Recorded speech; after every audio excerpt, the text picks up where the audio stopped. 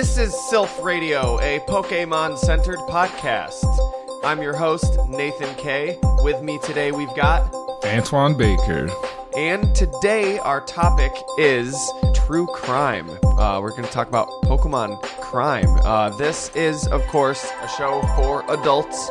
We don't mind if young people listen. That's up to the discretion of you and your parents. But have a good head on your shoulders. Understand the difference between reality and fantasy. And understand that no matter what anybody says, it's never cool to hurt anybody else. Never, ever, ever cool. Never cool at all. Unless it's justified, then it's cool. Unless it's okay. No, well, see, the thing is though, if you're a kid, you're too young to be able to make that distinction yourself. That's right. It gotta be at least 10. Yeah, we've learned that from the Pokemon universe. You gotta be at least 10 in order for anything to be justifiable. If you're not old enough to get your Pokemon training license and travel the world by yourself, commanding fierce wild animals. On a good tangent, though, I am so glad about the last trailer that I saw for Pokemon Sun and Moon. Red and Blue are older now. Yes. They are considerably older now in the trailer, and I was reading some stuff on it, and they're in their late teens, so they are young adults. Interesting. Okay, so Red and Blue, the characters from the original Red and Blue games, the player characters are going to make an appearance in Sun and Moon, which is the first time since Gold and Silver, when Blue was the gym leader and Red was atop Mount Silver. So they're teenagers. Okay, so it's only been a few years then since Red and Blue. Yeah, they were 10, and then it says they're in their late teens, so which would be 17, 18. I had said earlier in the podcast that it'd be cool if, like, Misty showed up in Alola or something like that. And now that, Red and Blue, they're older now. Even better than Misty. Yeah, even better than Misty. They're older now, and they're considered in the trailer legendary trainers that you can team up with. So you might be able to team up with them at some point. That's awesome. Maybe you team up with Red in Sun version and Blue and Moon version or something like that. It makes me excited. And it's the first Pokemon game that I'm going to play where I'll not start off as the water type. Really? So you chose the water type Pokemon in every single game? So Squirtle, Totodile, Mudkip, who's next? Piplup. Yep. The otter motherfucker, Oshawott. Yep. And Froakie. Of course, because why would you choose anybody but Froakie? Yeah. And now you're not going with Poplio. Nope. So who are you choosing? The owl, right? The fucking owl, right? I'm choosing the cat, man. Of course you are. I'm choosing the cat. Only because its final evolutionary form is a wrestler. It's a heel wrestler. It's fighting dark. No, it's Fire Dark. Fire Dark, I'm sorry. It's Fire Dark. And it has a flaming championship belt. Like, that alone... And if you don't listen to our sister series, fair enough, you might not be aware of how big a wrestling fan Antoine is, but that's got to be awesome for you. Yes, it's a cat and it's a wrestler. I mean, oh my...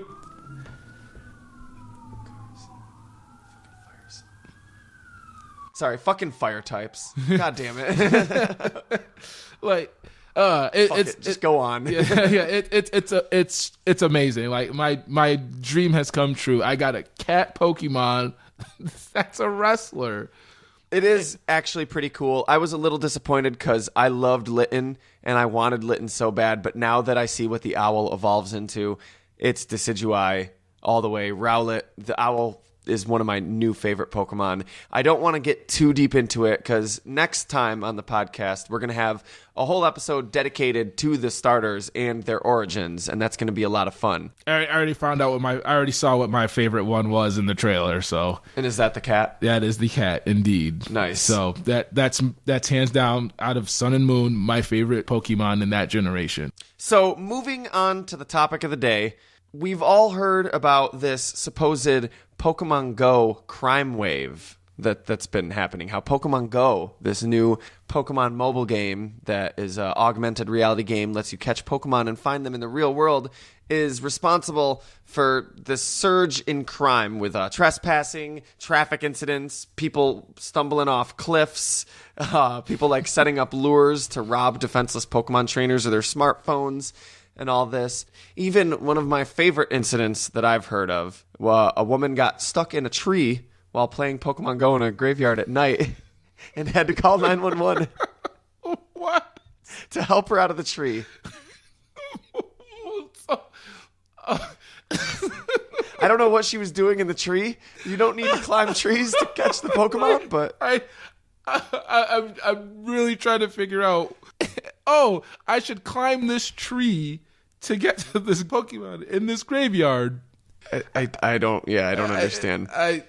I'm really trying to imagine how from point A to point B how that ordeal actually happened. Well, when I was a kid, we would climb trees and pretend to catch Pokemon all the time. Fuck you. I know I was in 7th grade. Fuck you. I'll grow up when I want to grow up, okay? Oh, man. That's... So she's in a tree though. Like I'm still trying to imagine. Like I'm really trying to wrap my head around this because she walked into a graveyard, climbed a tree, got stuck. Well, maybe we're looking at this from the wrong angle. Maybe she ran into like a Scyther, got scared, and climbed the tree, running away from the Scyther. But the Scyther could climb up the tree. So if she got stuck, then she's Scyther fucked. could cut the tree down. Yeah, she's fucked. Like so, it's got like scythes for hands. Its name is Scyther. Yeah, she's just fucked either way. Yeah, like it is the Grim Reaper of bug Pokemon. So yeah, if you're playing Pokemon Go, be careful. But I want to tell you, don't buy into the hype because you know what? It goes way farther back than that. I don't know if you remember, but if you grew up during the dawn of the Pokemon age, then you probably remember a similar Pokemon panic back in the day. Well, yeah. There was a lot of that back when I was a kid, and then there used to be a bunch of people in churches go, "Don't play Pokemon because it's devil worshipping," and there were so many other stories, and I'm like, I have not worshipped Satan a day in my life, so I mean, I don't think Pokemon will get me to start now. Yeah, I'm just gonna keep doing it. Still not worshiping Satan. Keep playing Pokemon. It's been 20 years. Still haven't started worshiping Satan. Apparently, yeah, we've discussed this a few times. There's churches that believe it turns children gay because the Pokemon are phallic shaped, which means like everything from like Star Wars to fucking Lord of the Rings turns children gay. Like, apparently that's why children are gay, because everything in the world is like phallic shaped. Trees turn kids gay. Like, Jesus Christ. That means you have a dick obsession at that point. Like, I'm sorry, but if you're like, it's phallic shaped, explaining that to a child, how would you do that? That is phallic shaped, Jimmy. The pastor is like, you know how sometimes you're just walking around and you see like long, hard, firm things and it just makes you start questioning your sexuality? I think that's a you problem, Pastor. I think that's a you problem. No. Why do you think there's different type of balls and catching them all? Man, oh man, some people Heavens to Betsy. I mean, the only thing I can say is it happens to the best of us. You know, one day you're walking up the street, next thing you know, kind of want to suck a dick today. That car's pretty phallic shaped. Probably going to suck a dick today. Yeah, I was playing Pokemon Go. I caught an Onix and then... had an irresistible urge for dicks after catching an Onix. Guy's name is Brock. He's got all these hard rock type Pokemon. I'm sorry, people.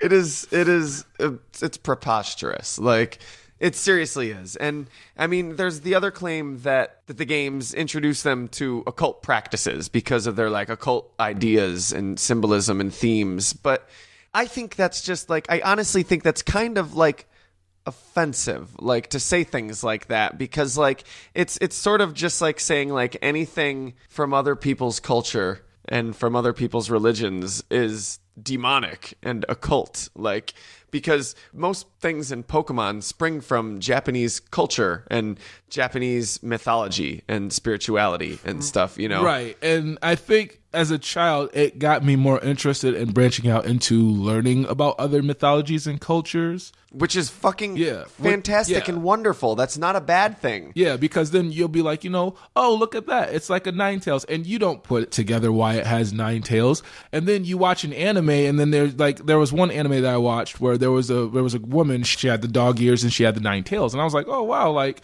why is she like that? That's like the Pokemon Ninetales. So I ended up looking up the myth of the kitsune. So I was like, oh, okay, that's pretty interesting. Okay, so that's where that comes from. And then I'm like, okay, what other crazy Japanese like mythology is in Pokemon now? And you just go into this downward spiral of like actually learning about another culture. Spiral. Well, an upward spiral. Upward spiral, but I say downward spiral because it's like a rabbit hole. Because for me, or as we like to call it, an uzumaki. Yeah. I like, for me, because it's just an endless loop of learning, and then I'm just going down a rabbit hole. Yeah, for me it's a downward spiral because I'm on Wikipedia instead of going to work. Pretty much. It's like you're just like learning things. It's like when I was watching Black Mirror last night. I was just watching a bunch of anthologies for like no reason. And if you have a Netflix subscription, I suggest everybody watch Black Mirror. You're the second person to recommend that to me in the last few days. Yes. The second person actually to come over to sit in front of that mic to recommend it to me in the last few days. So that's awesome. Yes, you should. And if, on another tangent, if you're having bad feelings about the election, season 2, episode 3, it's called The Waldo Moment. Okay. And it actually sums up our election perfectly. So, and if you're not having bad feelings about the election, you can just turn this podcast off. I don't need you as a listener. Or you could turn off this podcast and go watch Black Mirror because it's amazing. But anyway, back to the Pokemon-related fallacies and crime. But yeah, there was a huge wave of superstition back then because I think mostly because people didn't understand the game. And it happens with like everything that becomes big in youth culture. Like the older people that don't understand it have to, like, it's okay that you don't totally get it, but I honestly feel like they intentionally, it's sort of like the hipster, like it's like, oh, what? I don't know. I've never even heard of Britney Spears or something. Yeah. Like, shut up. Yes, you have. Yeah. You're not cooler like because you mispronounce it Pokemon. That doesn't make you cooler because you act like it hasn't been 20 years and you don't know how to pronounce the letter O. Like, yeah. And that's sort of the same thing. Not really. Obviously, it's a much more extreme thing, but it happened with Dungeons and Dragons, Magic the Gathering, Harry Potter. There was actually a book written by some minister that was like Harry Potter and Pokemon, the evil demonic. I saw that, and I saw that, and when Borders was still around. Oh, really? And then, and I was just like, well, this guy has no credibility, and just kept it moving. I was just like, he took the time out of his day to write a book, and then someone published it for him. Like, someone sat down and was like, yeah, this is an epidemic that needs to be reached out to the masses. He's like, when you're reading about young boys and then you just suddenly want to... No, that's a you problem. It just astounds me that some people, and I think it really boils down to like some people's grip on Christianity. Like, I'm a Christian myself, but I'm not extreme to the point where I'm like, oh, like your religion is wrong, or That's why I said, like, considering things a cult, because like it really does come down to like cultural differences. Like considering any type of spirit or nature spirit or any type of idea of magic or anything a cult, because it comes from a different culture, is offensive, and it's a relatively new and obviously political ideology. It's early Christian scholars, like theological scholars. It was never like important to them that they shut off their minds to other cultures. You know what I mean? They would travel and learn about other forms of religion and stuff. That was always a thing before it just became a unified. We're getting way too political now. I'm sorry. I don't mean to offend anybody, and I hope I'm not, because I'm not saying anything negative about a actual religion, but about a specific way of looking at your religion. I just don't see any reason to be like, oh, well, if there's magical animals in this, then that means it's evil. Like that's just such a weird way of looking at the world to me, Yeah, and really. I hope I'm not offending anybody, because I can't imagine anyone who subscribes to and listens to a Pokemon podcast thinks that anything with magical animals in it is demonic and devilish. So I know. You could say that Pokemon is full of fantastic beasts, and where you find them is up to you. Wow, so Harry Potter pulled a Pokemon. So this new Harry Potter movie is pretty much just Pokemon Go? Kind of, yeah, from what I'm hearing it, yeah. So it's double demonic. It's going to make you extra gay if you go see that movie, especially because you're going to be all fantastically gay. And Johnny Depp's going to be in the sequel. I don't know if you knew that. So you go see the sequel. Oh, jeez. Just have fun walking out of that movie. You like men now. Yeah. In this one, it's Colin Farrell, right? Oh, really? Okay. Yeah, Colin Farrell, I think, is the de facto bad guy in this movie. Oh, really? Okay. Yeah, so I didn't know that she announced Johnny Depp was actually going to be the... Johnny Depp's going to be in the sequel is what I saw. Excuse me. I didn't actually read the article. I saw a headline online, but it said that Johnny Depp was going to be in Fantastic Beasts 2. Well, from what I've understood was... This is before Harry... It's in the same universe, but it's before Harry Potter. Oh, it's because it's about the guy who wrote a book that appears in the Harry Potter series, right? Yes. Like a book that's at Hogwarts or something, right? Right. That's cool. I'm not a big Harry Potter fan, but that's the type of world building that I love. And I love to see a franchise doing so well that it gets those types of spinoffs that don't even have to have the name of the franchise in the name. It's not even called Harry Potter or anything, Yeah, it's just Fantastic Beasts and where to find them. And now we're getting Rogue One for Star Wars, which is analogous. Yeah, but back to all of the myths and crimes. Like I've heard a lot of stuff back in the 90s. I heard a story. I think it was a rumor because there wasn't internet, so I was too young to actually look into it.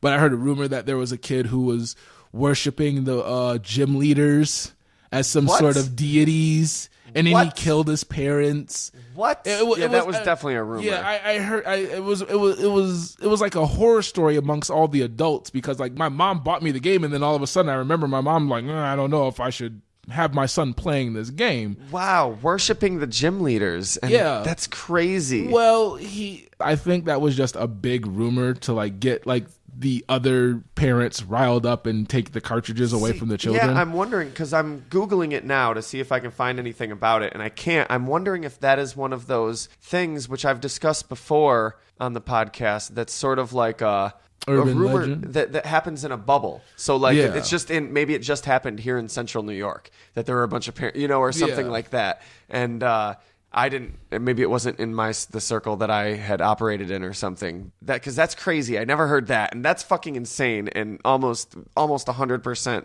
Well, no, I can say with certainty it didn't happen or Google would have found something. Yeah. But I was scared because I was like, oh man, I just convinced my mom to get me this game. Is she really going to take this back from me? And then my mom was like, well, you better not mimic any of that shit, or you gonna have you better be praying to all them gods because I'm gonna whoop your ass. And then I was like, oh well, okay, I guess this is the same woman who bought Mortal Kombat, and then a bunch of people told her how bad it was, and my mom was just like, all right.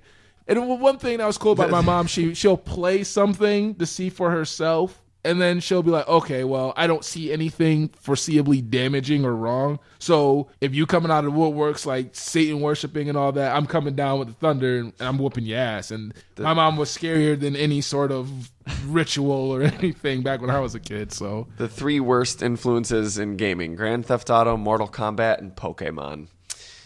Yeah, I mean, it's a lot of people who really overreact to something like that. And I think it's intentional ignorance because they want to stifle something because my grandfather told me best. Sometimes parents feel that certain parents feel that they're losing their kids. If they're not really attached to them, they try to stifle, when they find other stimulations or ways to cope or have fun or deal with things, parents try to stifle that sometimes.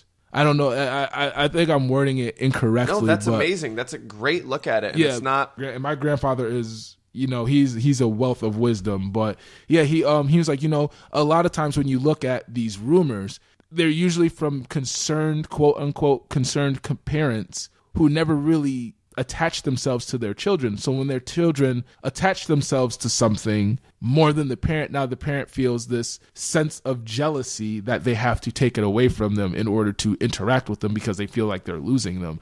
Actually, as my grandfather would say, it's a really unique form of reverse psychology. How do you get a parent that doesn't care about you to care about you?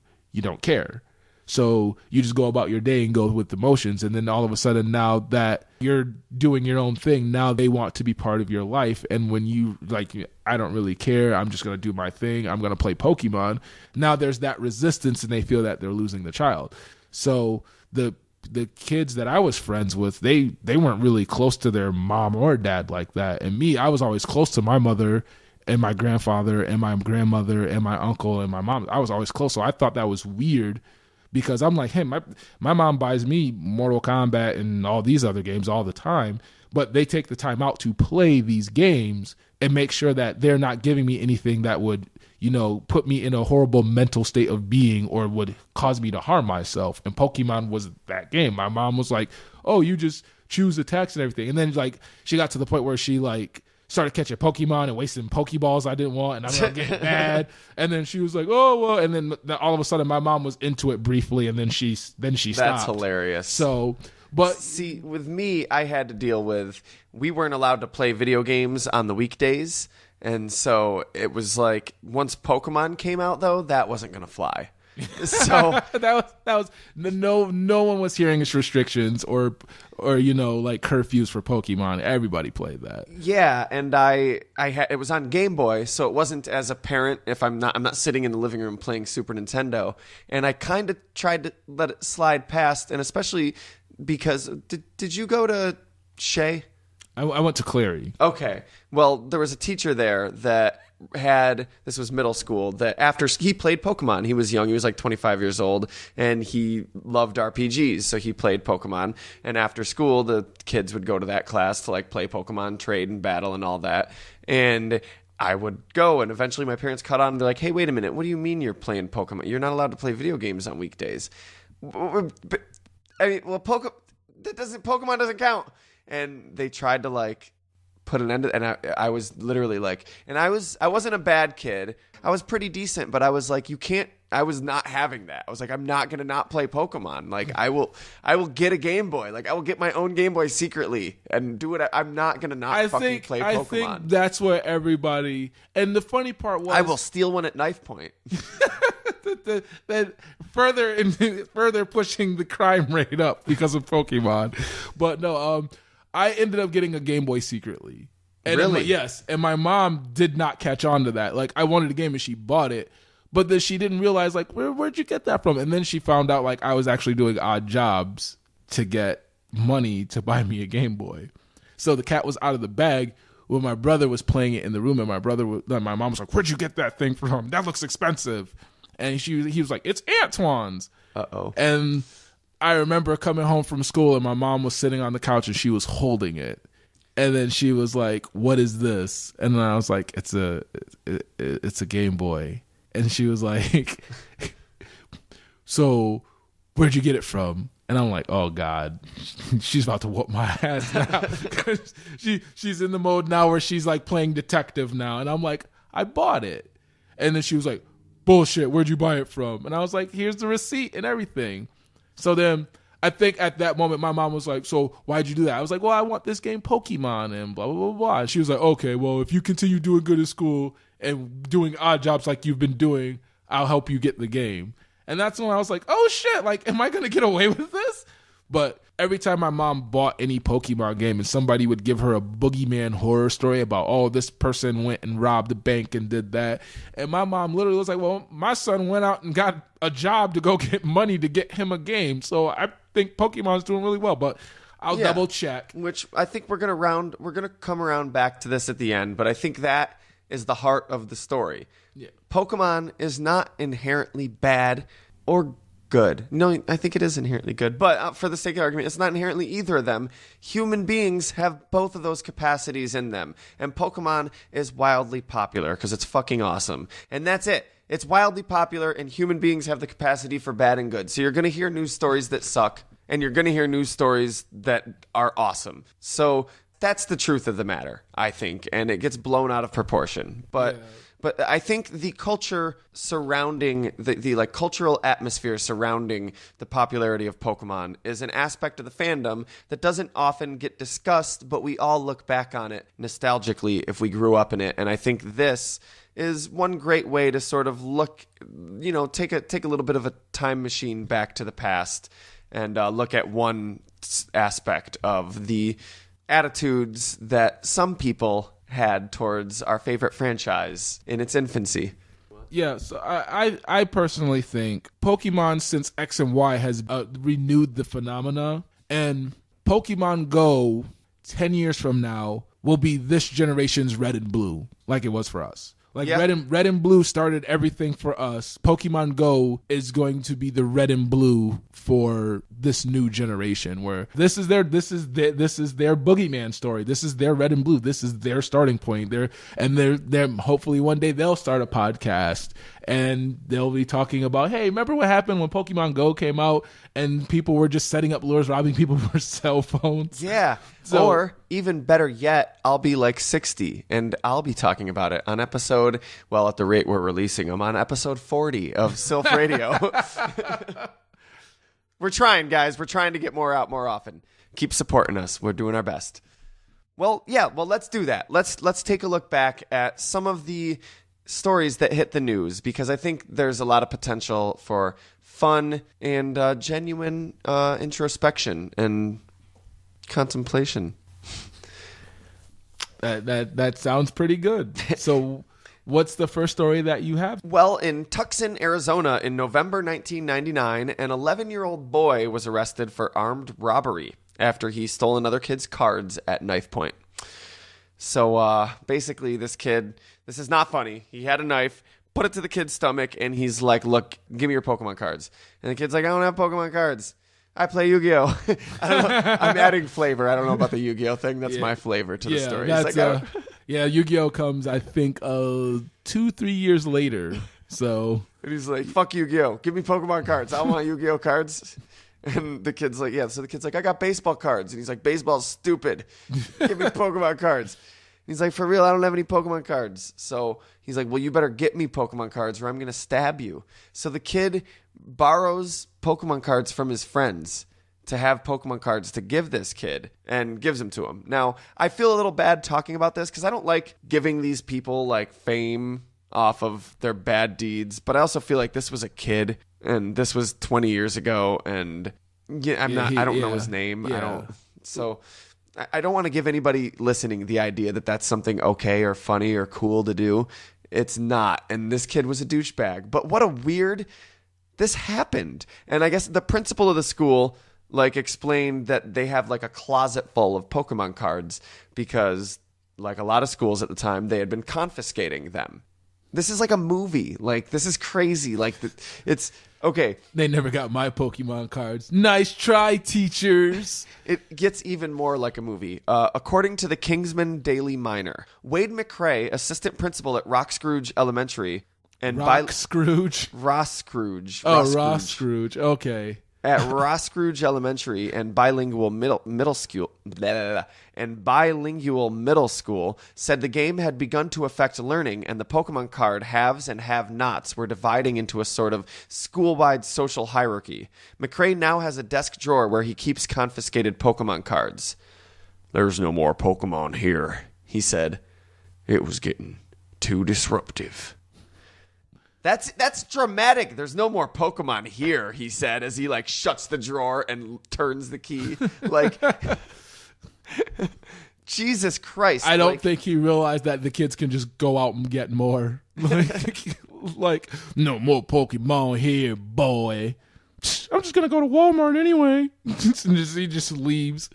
It's crazy though. I remember this, and that was a huge part of the culture back then too, was teachers confiscating Pokemon cards and Pokemon being banned from schools. Did that happen at your school? Actually, no. It was really, really, really weird. Teachers would confiscate the Pokemon cards, and we naturally knew we can go and get more. However, it was funny because most of the inner city kids' Pokemon cards got confiscated, and then when they tried to get them back, the teachers would never give them back.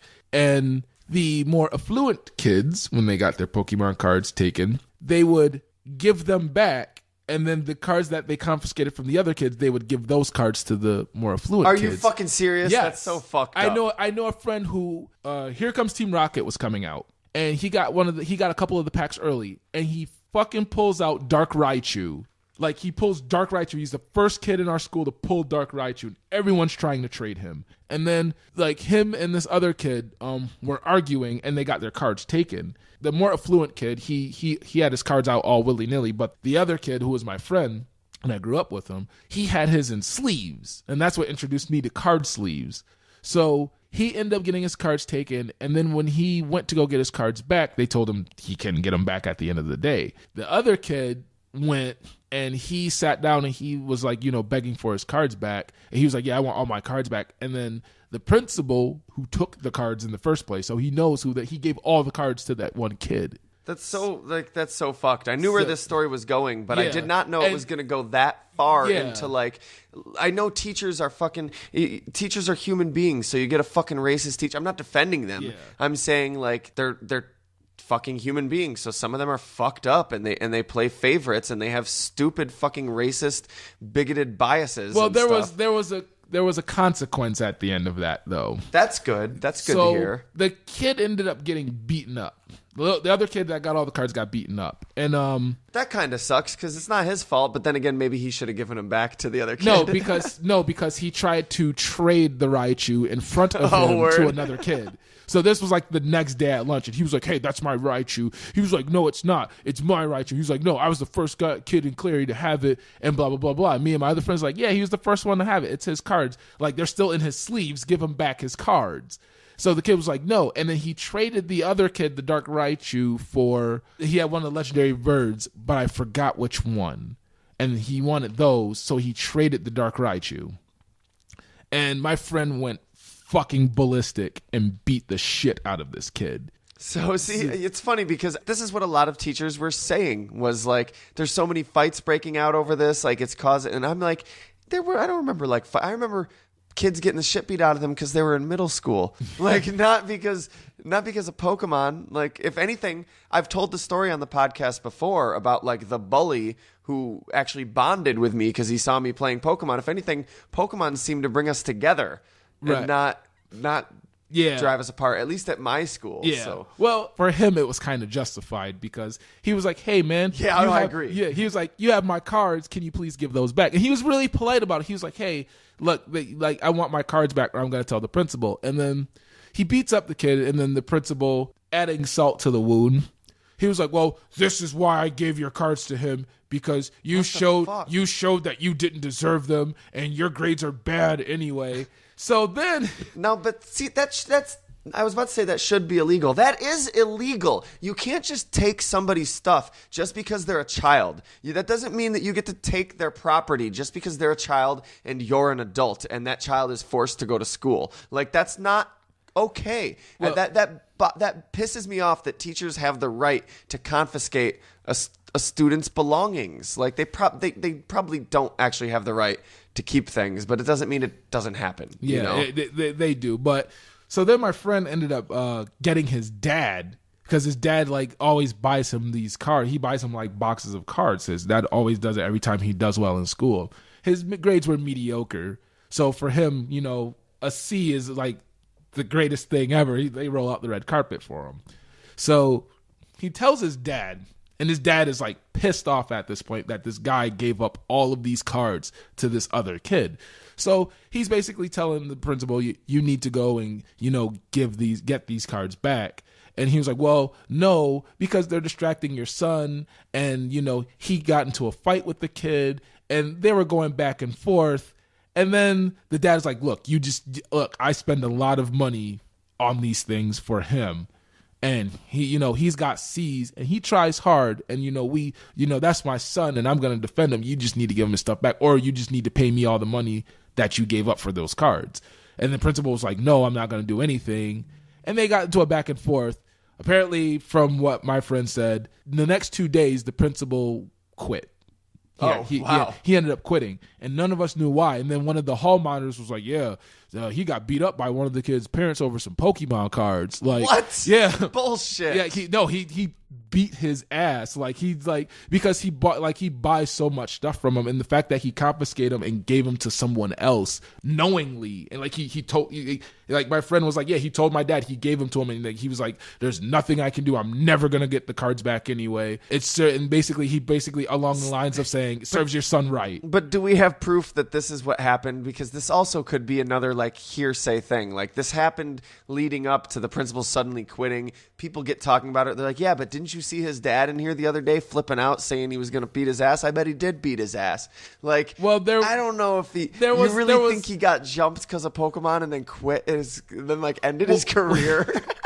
Like, well, it was funny because the secretary and the hall monitor said it, because they said they saw that there was they don't know a shit, tussle. man. They don't know shit. I mean, I gotta take their word for Secretaries and hall monitors, man. I went to school in the Syracuse City School District. They don't know shit, dude. Well, the thing is, in Clary, everybody in faculty was nosy. I saw our lunch lady rolling a Dutch at the store in the parking lot. Like, they don't know shit, dude.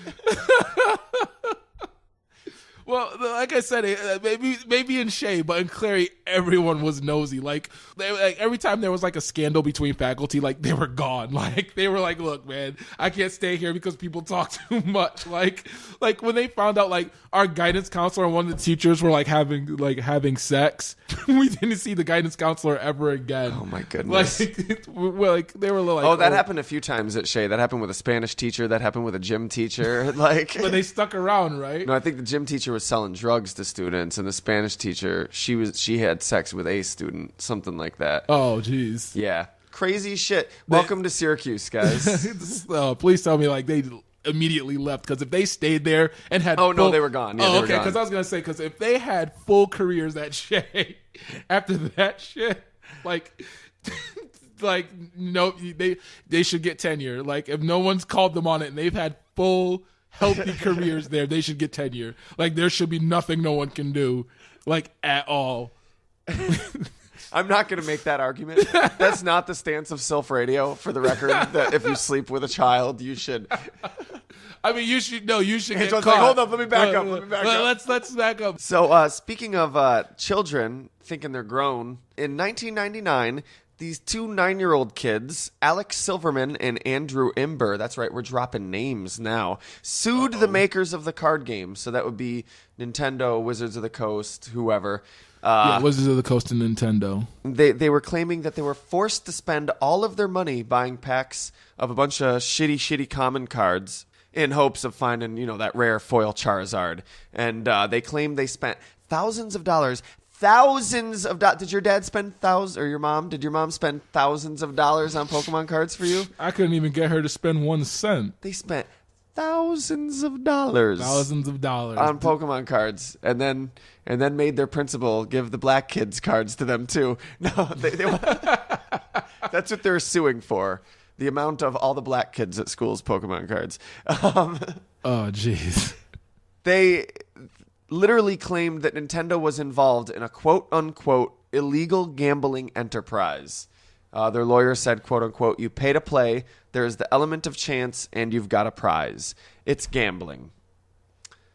I disagree. I don't think it's gambling, because Nintendo doesn't assign cash value to the cards. That's assigned by the players. Yeah, that's assigned by the players, because all the cards are equally worthless anyway.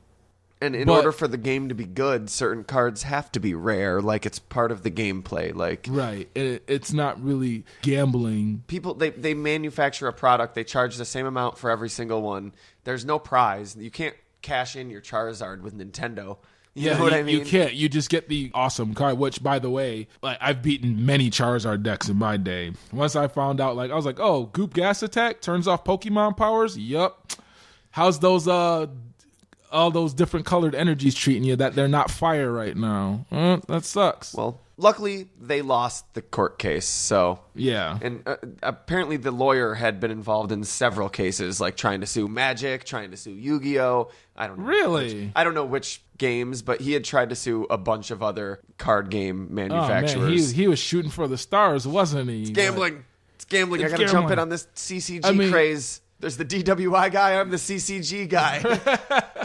Yeah, really. But then, if that's the case, then why doesn't he go after the NBA or the NFL or Major League Baseball or hockey? Because then technically that's the same thing.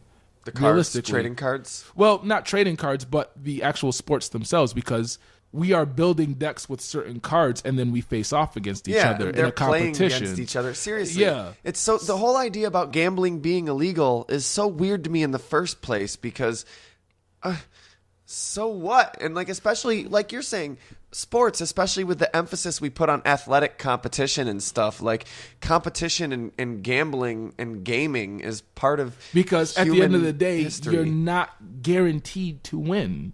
Like when you're playing against somebody, when you're competing, there has to be a winner and there has to be a loser. So when it comes to gambling, when people go like, "Oh, gambling should be illegal," why? It can become addictive. Like a lot of things can be. So maybe we need to look at the roots and sources of addiction, like culture of excess and stuff like that. And I guess genetics sometimes. I don't know. Yeah. that doesn't really work well in a social conversation. But just because something's addictive doesn't mean you can make it illegal. It's you can gamble with anything. Like that would piss me off too. They wouldn't let us play Magic in school because they said it was gambling. I'm like, it's not gambling. Oh yeah, well, what are these? That's our life counter. Like we have a dice because it keeps track of how much life we have until we die. And oh yeah, well, what are these? Those are creature counters. They're each 1/1 tokens. Like it doesn't mean we're gambling. And then they'd let us play chess. Why? The answer is because chess has been around for longer and old people don't feel threatened by it. That's the fucking answer. Yeah. And that's bullshit. Because I wouldn't qualify any of that gambling anyway. I mean, now some of them will not give out monetary or cash prizes because they do feel it's gambling. Like Yu-Gi-Oh, for instance, they do not give out cash prizes. Who? Yu-Gi-Oh, Konami. Oh, what, like tournaments? Yeah, tournaments. They do not give out. Okay. Yep, they do not give out cash prizes because I guess gambling as a culture in Japan is really frowned upon because not because of the nature of gambling, it's because of the nature of the people who run most of the gambling circuit, the Yakuza and stuff. Yeah, like that's what happened with SNK, old school SNK, Neo Geo. One of the owners was fighting game, right? Right. They were a video game creating company. Anyway. Oh, they're a company. Okay. Yep. And the CEO was funneling all of the company's money into gambling. So it's frowned upon when we have tournaments and stuff like that in Japan and everything. Yeah, it's not gambling. Yeah. It's like some people try to equate it to like, oh, well, it's gambling because as like, well, you're competing against somebody. Every time you compete somebody, you're gambling with something. You even gamble in day-to-day situations. Like when you show up to work late multiple times, you are gambling your chance to keep your job. You are gambling with your job. Or like, when you smoke cigarettes all the time. Or when you talk about religion and politics on a Pokemon podcast, you are gambling with your listener base. Yeah, you're pretty much gambling at that point. So gambling is pretty much defined as risk taking. Like that's pretty much what gambling is. You're seeking a high reward for taking a huge risk. So high risk, high reward I would say is the definition of gambling. So I mean, in that sort of sense, gambling in a sense is everywhere, and we do it every day. Because that is the nature of human beings. So an article in the Daily Courier in December 1999 has some priceless fucking gems in it. For example, it opens, Tony Ward wishes his 10-year-old son would take up a less dangerous hobby, but the boy insists on collecting Pokemon cards. Oh, jeez. I'll just give you a second for that one to sink in. Tony Ward wishes his 10-year-old son would take up a less dangerous hobby, but the boy insists on collecting Pokemon cards. Why does that sound like something like if you were to think about the actual Pokemon universe? Like, Tony Ward wishes his son would take up a less dangerous hobby, and instead, his 10-year-old son became a Pokemon trainer.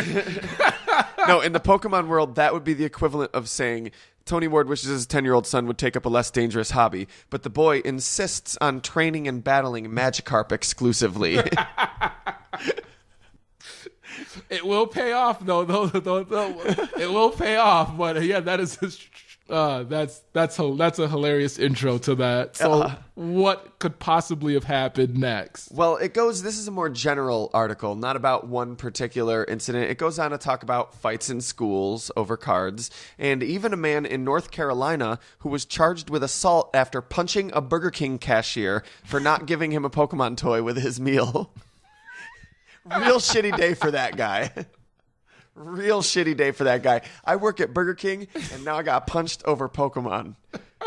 I'm going to quit my job now, just like that principal from Syracuse. Like, oh man, how shitty does your day have to be? I bet that guy who got punched at Burger King, he is doing well for himself. I bet Well, you know what he did? Was he went out into the lobby, and he found a black kid and took the Pokemon toy out of his bag and gave it to the customer. Here. Oh my god. Oh jeez. Like he just knocks on the kid, like the family's window. Excuse me, you got a Pokemon toy in there? Yeah, give me that. Here you go, sir. I'm sorry for the inconvenience. Oh man. It reads, Pokemon, trading cards popularized by a Japanese video game depicting tiny monsters, has become so popular among children ages 5 to 13, some say it's bigger than past obsessions with Beanie Babies, electronic pets, and Star Wars. Yep, give it up for Pokemon. The card game involves a host of imaginary creatures, each with their own set of special powers. The goal is to win as many cards as possible. I like how they totally misunderstood the goal of the card game. They're like, gotta catch them all, right? So you just win a bunch of cards? Okay, you just win a bunch of cards. If I were to go back to a time machine and try to have younger Antoine explain this game to people, they would not know what the fuck I'm talking about. I like that, though. There is a article that references Pokemon as possibly bigger than Star Wars. This was right before The Phantom Menace came out, though. So to be fair, in the 90s, Star Wars was on a little bit of a decline. It was probably matched with like Star Trek in popularity, I guess. Yeah. Whereas nowadays, Star Wars is very clearly much more popular and definitely more popular than Pokemon. Yeah. But that was interesting that there was a time when they're like, wow, is Pokemon bigger than Star Wars? Yeah, that is actually pretty good. Bigger than the Beatles, bitch. Well, shit! Now the church hates me because the Beatles bigger than Jesus, so that means I'm satanic, apparently. Yeah, you're gonna get shot now. But no, at the time there was a lot in the '90s. There was a lot of really like cool like stuff coming out, and the fact that Pokemon was just widely liked by everybody, and then the show came out, and then when everyone had a Game Boy. Everyone has Pokemon. It's a great, beautiful franchise. There's so many things about it that are awesome and intriguing that it draws people to it for many different reasons. But this article tries to claim that basically they make the case that children believe that they need the cards because the cards are so popular, which creates an atmosphere where children whose families can't afford the cards are pressured to steal. And this puts the parents in a weird moral dilemma of being unsure whether they should buy their children more cards or no cards in order to keep the kids safe. Bullshit.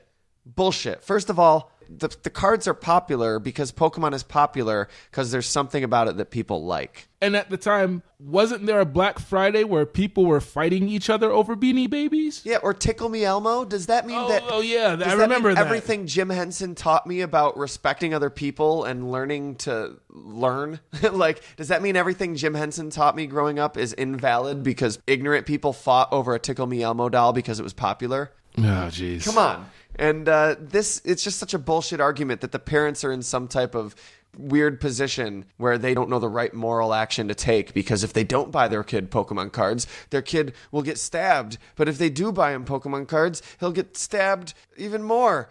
Like, it's so stupid. It's just such dumb fear-mongering bullshit. And it can get so big. In winter of 2000, Pokemon was banned in Turkey. An entire country banned Pokemon after two extremely young children, like 4 and 9 years old, in completely unrelated cases, jumped off their 5th and 7th floor balconies, respectively, because they were convinced that they had the same powers of like certain flying type Pokemon or something like that.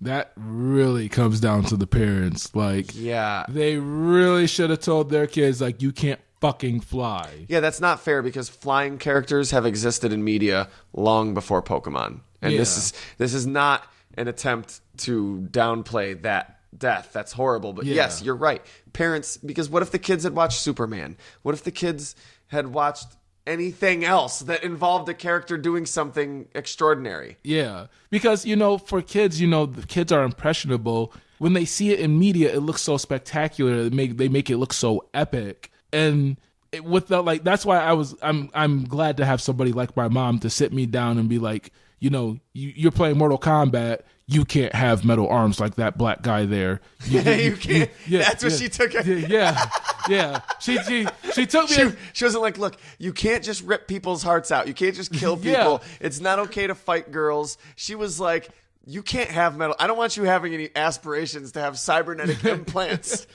someday. My mom was basically like, all of this is fake. You can't do it. You shouldn't do it. And if you do, I'm going to do it to you. And I'm like, well, my mom did throw my dad through a car windshield. So shit. Yeah, she did. She got so angry at him one day. And I remember as a kid vividly, she got upset. She grabbed him, lifted him over her head, threw him through a car windshield, and went to work. That's nuts. Yeah. That's critical hit. Yeah. Super effective. Super effective. Antoine's dad has fainted. And, I'm just like, well, at this point, I'm just the egg. So, I mean, I'm useless in this fight. I can't do anything. Antoine's dad has been sacrificed in the honor of Koga. So, Turkish officials stated that Pokemon makes, quote-unquote, no distinction between good and evil. Which is ridiculous. I mean, there's an evil faction that you go up against called Team Rocket. They're clearly the bad guys. It clearly makes a distinction between good and evil.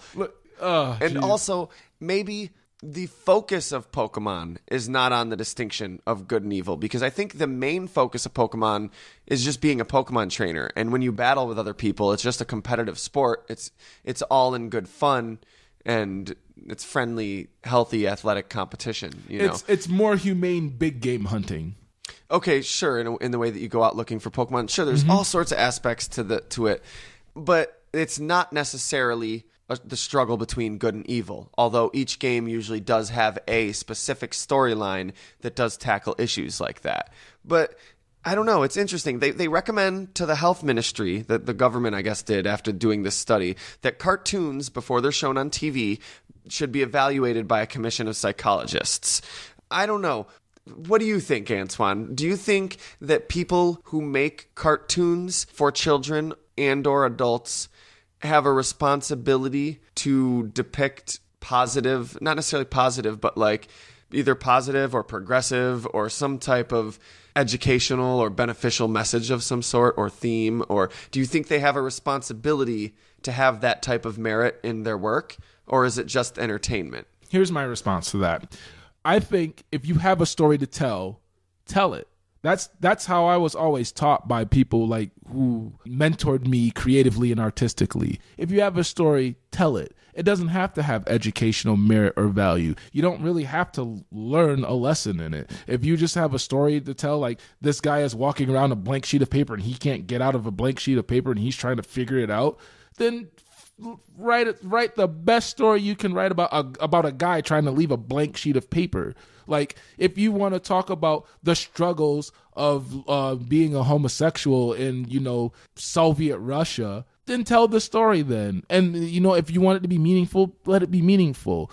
The thing is, when you have a group of psychologists come in and evaluate something, first off, you have to get the message that the person is trying to put across anyway. If you don't get it, you can just come up with some other crackpot theory. Be like, oh, well, I guess this makes kids gay, or I guess this could make them homicidal maniacs, when you don't get the message of said piece that's given to you anyway. So, like, if I were to go into a room of psychologists and show them Pokemon, they're going to be like, what the fuck is this? Yeah. And then I'm going to be like, okay, so how can you be qualified to evaluate my state of being when you don't even get the piece of media they'll in bring front their of you? own biases into the evaluation of it. And yeah, I mean, I think the problem isn't that we make violent or questionable cartoons or video games.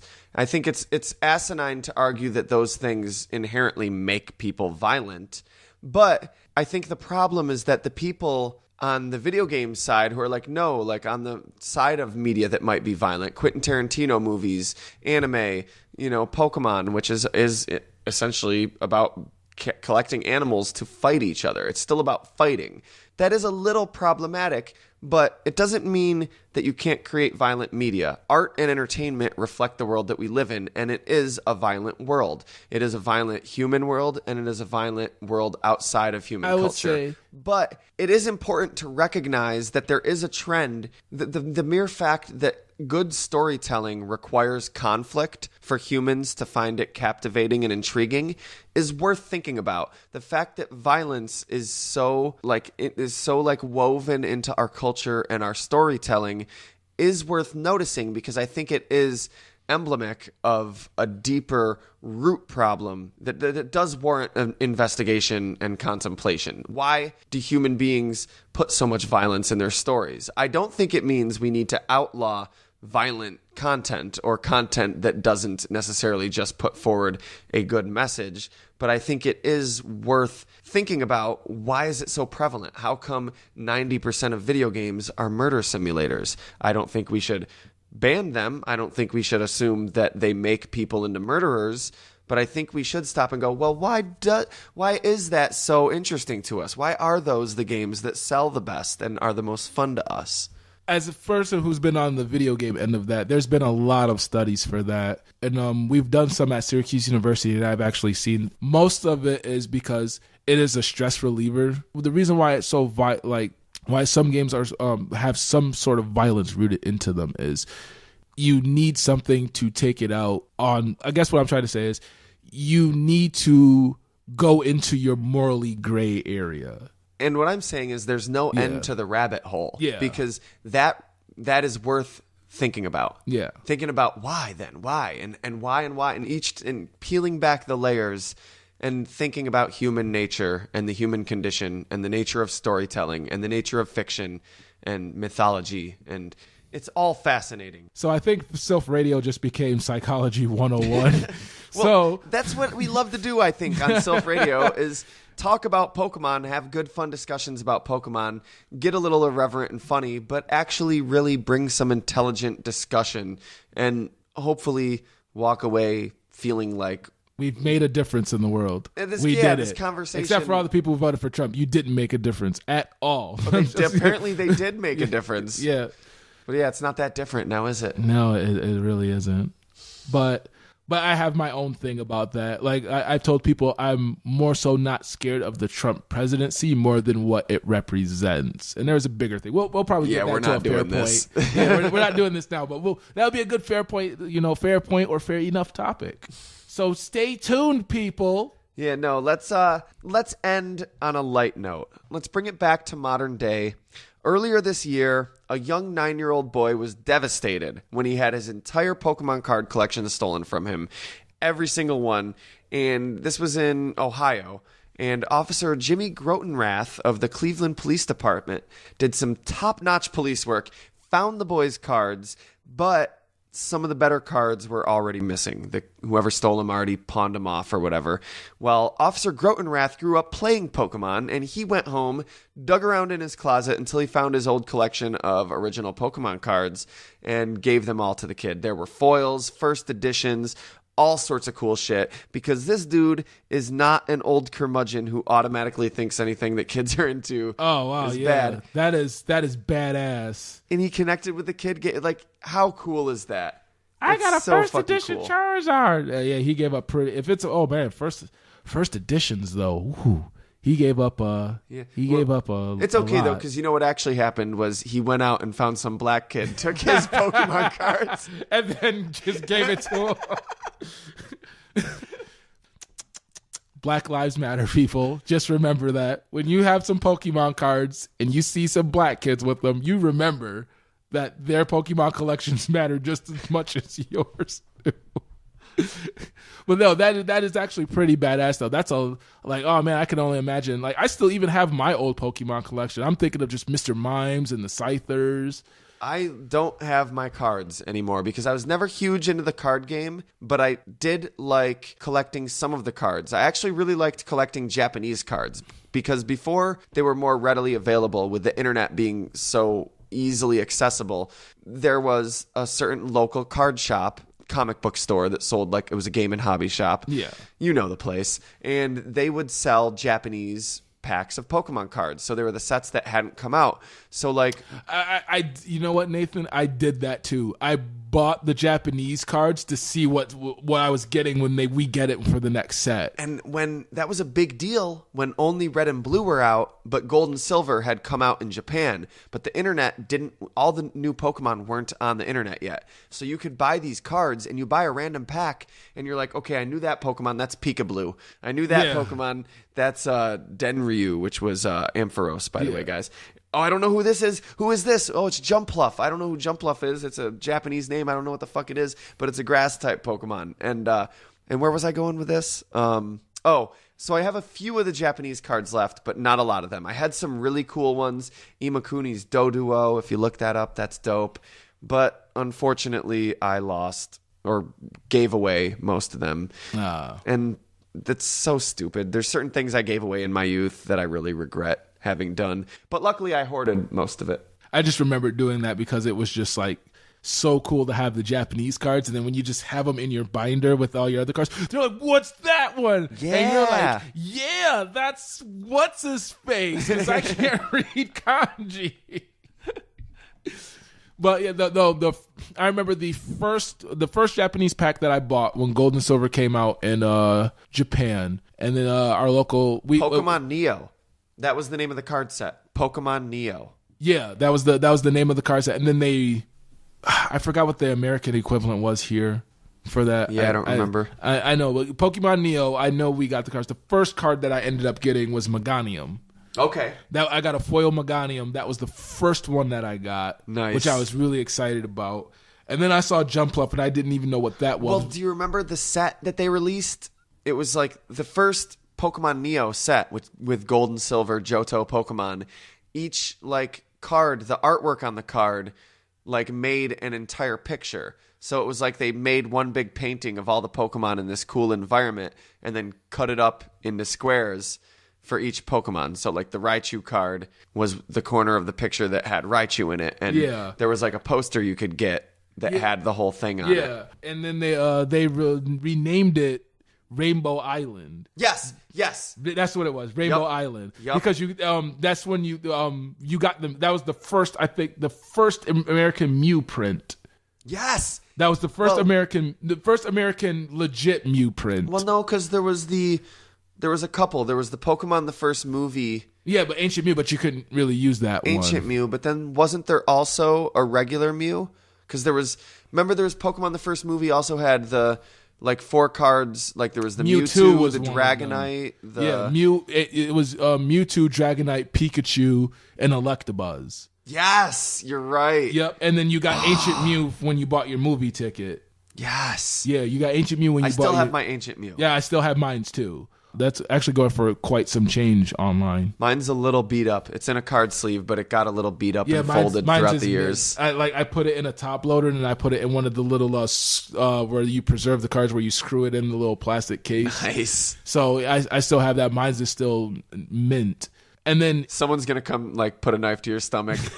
And then, like, I inferred you live in Syracuse. I've heard you lived in Syracuse, and I want your Ancient Mew. I have a knife. You have Pokemon cards. And you're black. So give me your Pokemon cards.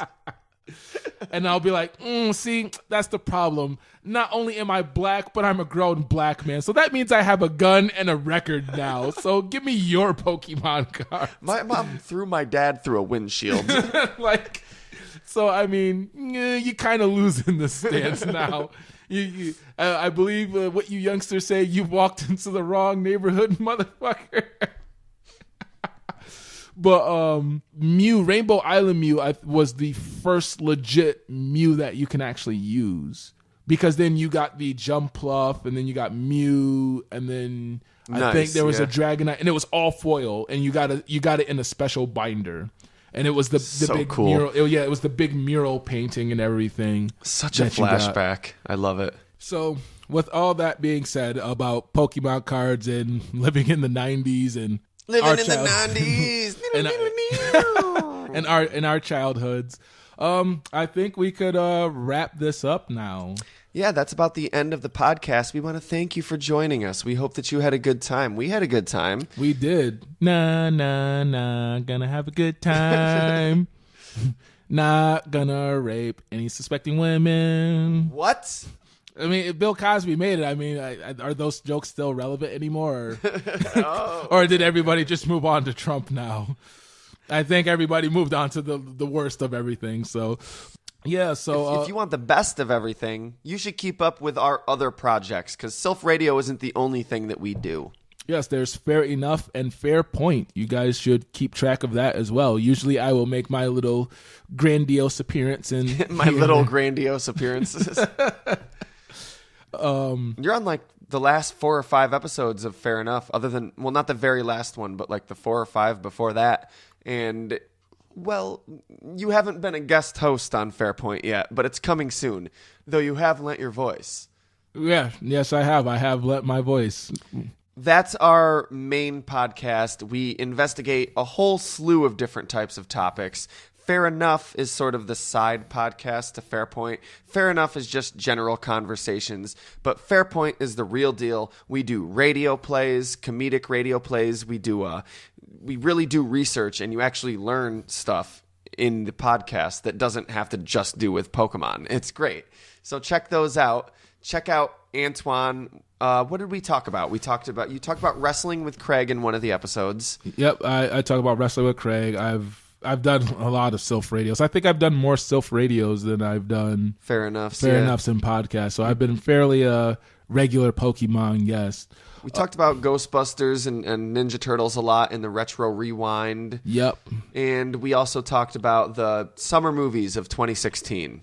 Yes, we did. We talked about the summer movies of 2016, and we should probably do a year-end movies for movies that we've seen that are. We'll see if we have time. If we do have time, our listeners probably have noticed that we've been really slow to putting out podcasts lately. We're trying our damnedest. We really want to make putting out podcasts our full-time job.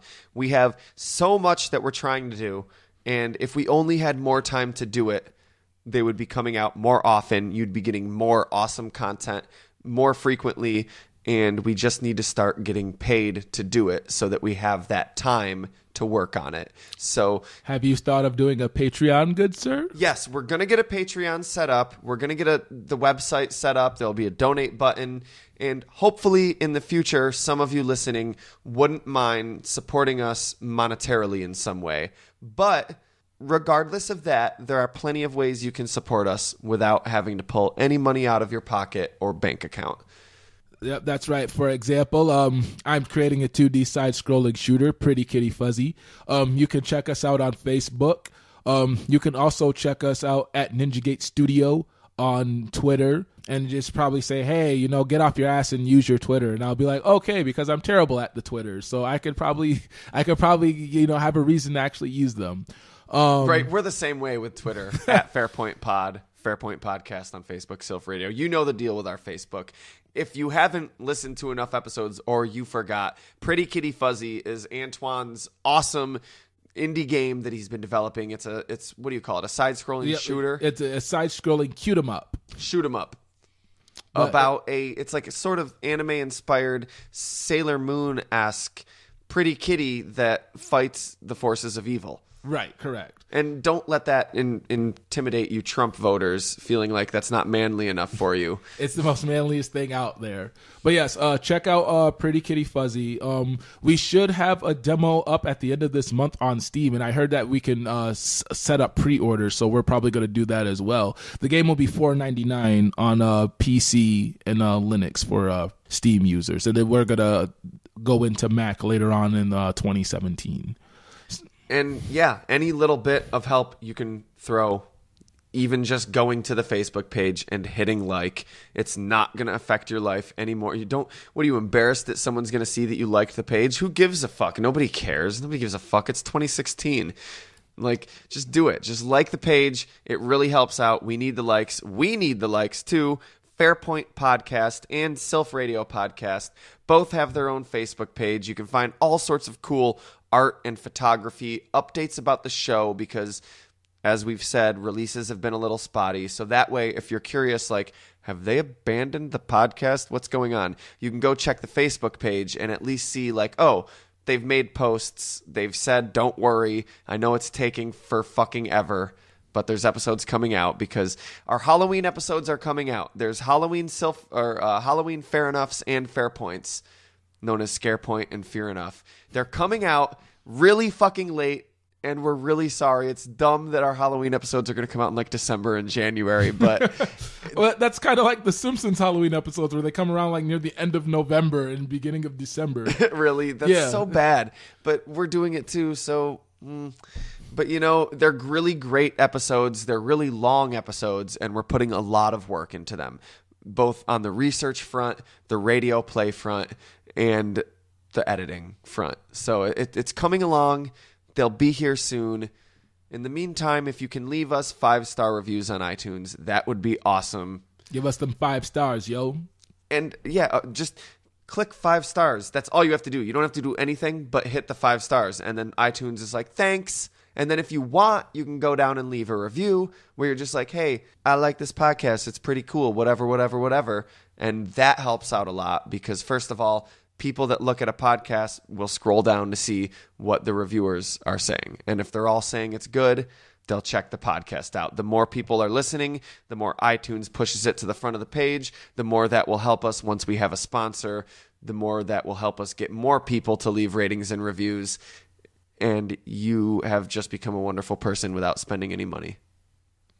Normally you have to spend money to become a good person. Yeah, I guess so. But we might also have... Just ask Trump.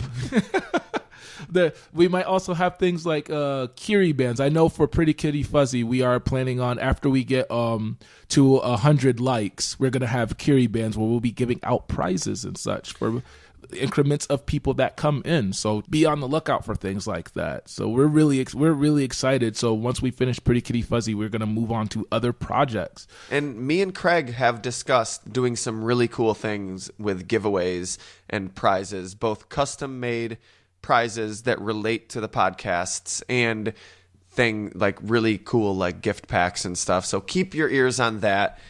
It pays off. If you like the Facebook page, subscribe to the YouTube and all that, it will be easier for you to participate when these contests come about. That is correct. So that's our podcast for today.